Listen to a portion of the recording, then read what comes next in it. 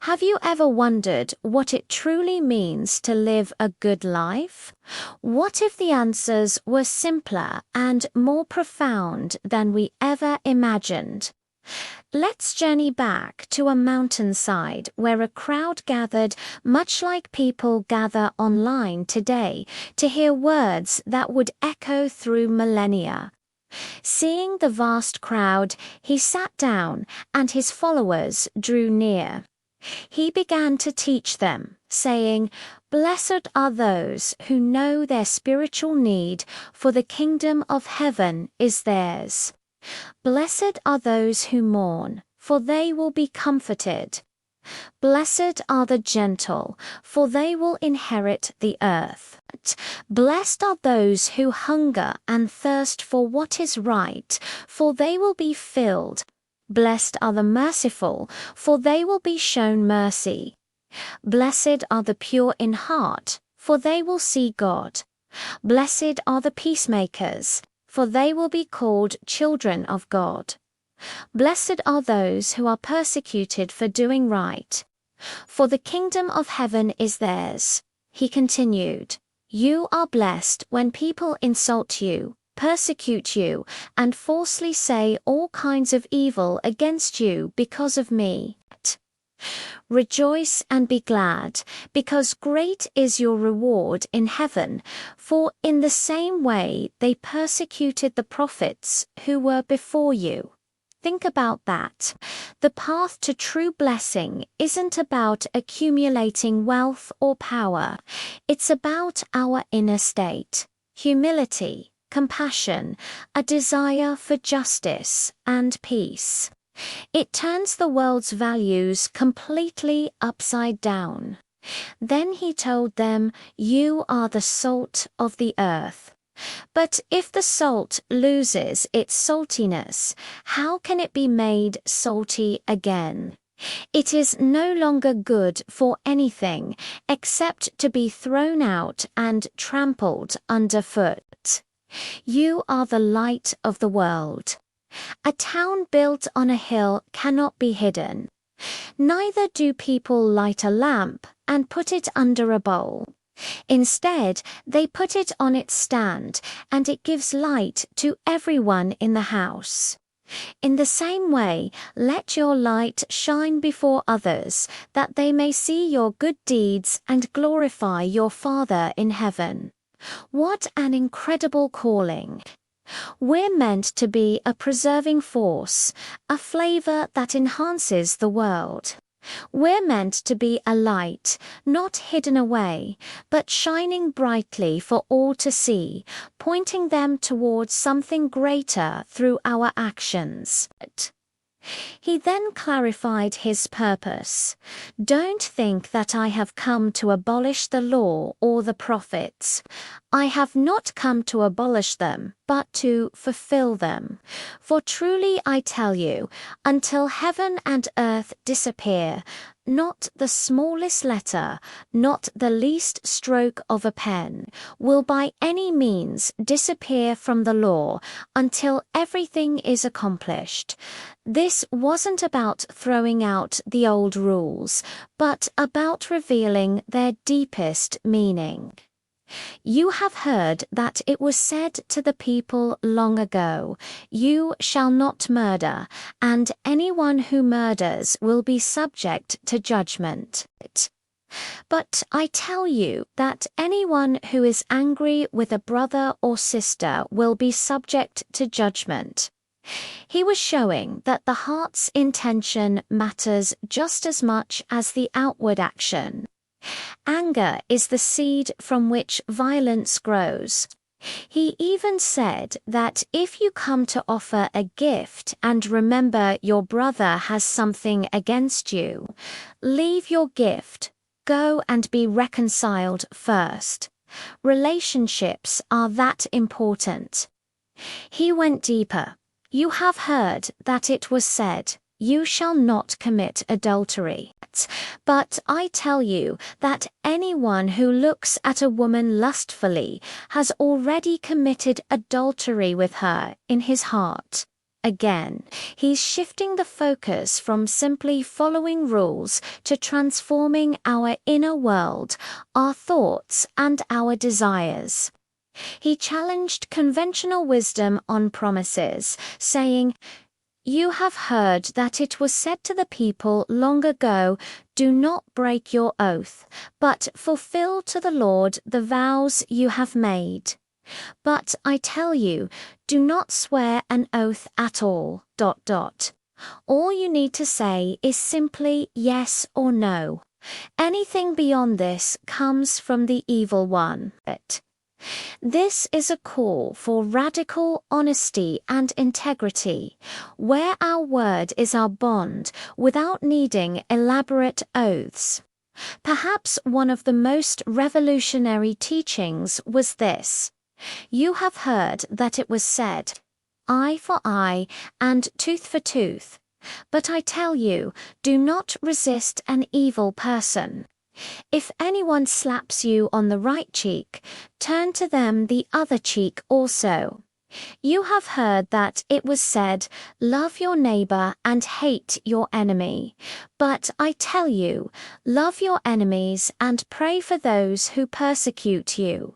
This is a radical call to break the cycle of retaliation with love and grace, reflecting the character of a father who sends sun and rain on both the good and the evil. He then spoke about the motivation behind our good deeds. "Be careful not to practice your righteousness in front of others to be seen by them. If you do, you will have no reward from your Father in heaven. So when you give to the needy, do not announce it with trumpets. But when you give, do not let your left hand know what your right hand is doing, so that your giving may be in secret. Then your Father, who sees what is done in secret, will reward you." The same principle applies to prayer and fasting. It's about a genuine connection with God, not a performance for an audience. He taught a simple, powerful way to pray. "Our Father in heaven, hallowed be your name. Your kingdom come, your will be done, on earth as it is in heaven. Give us today our daily bread. And forgive us our debts, as we also have forgiven our debtors. And lead us not into temptation, but deliver us from the evil one." A prayer of reverence, submission, dependence, and a plea for forgiveness and protection. The topic then shifted to our priorities. "Do not store up for yourselves treasures on earth, where moths and rust destroy, and where thieves break in and steal. But store up for yourselves treasures in heaven. For where your treasure is, there your heart will be also." He warned, no one can serve two masters. You cannot serve both God and money. This forces us to ask what truly holds the highest value in our lives. To combat anxiety, he pointed to nature. "Therefore I tell you, do not worry about your life, what you will eat or drink, or about your body, what you will wear. Look at the birds of the air. They do not sow or reap or store away in barns, and yet your heavenly Father feeds them. Are you not much more valuable than they? Consider the lilies of the field, how they grow. They do not labor or spin. If that is how God clothes the grass of the field, will he not much more clothe you, you of little faith? But seek first his kingdom and his righteousness, and all these things will be given to you as well." He gave us a powerful rule for relationships: do not judge, or you too will be judged. Why do you look at the speck of sawdust in your brother's eye and pay no attention to the plank in your own eye? First, take the plank out of your own eye, and then you will see clearly to remove the speck from your brother's eye. It's a call to self-examination before criticism. And he summed up all the rules with this golden one. So, in everything, do to others what you would have them do to you. He spoke of a choice, a path. Enter through the narrow gate. For wide is the gate, and broad is the road that leads to destruction, and many enter through it. But small is the gate, and narrow the road that leads to life, and only a few find it. He warned against false prophets, saying, "You'll know them by their fruit, just as a tree is known by the fruit it produces." It's not about what they say, but about who they are and what they do. Finally, he concluded with a powerful analogy. Therefore, everyone who hears these words of mine and puts them into practice is like a wise man who built his house on the rock.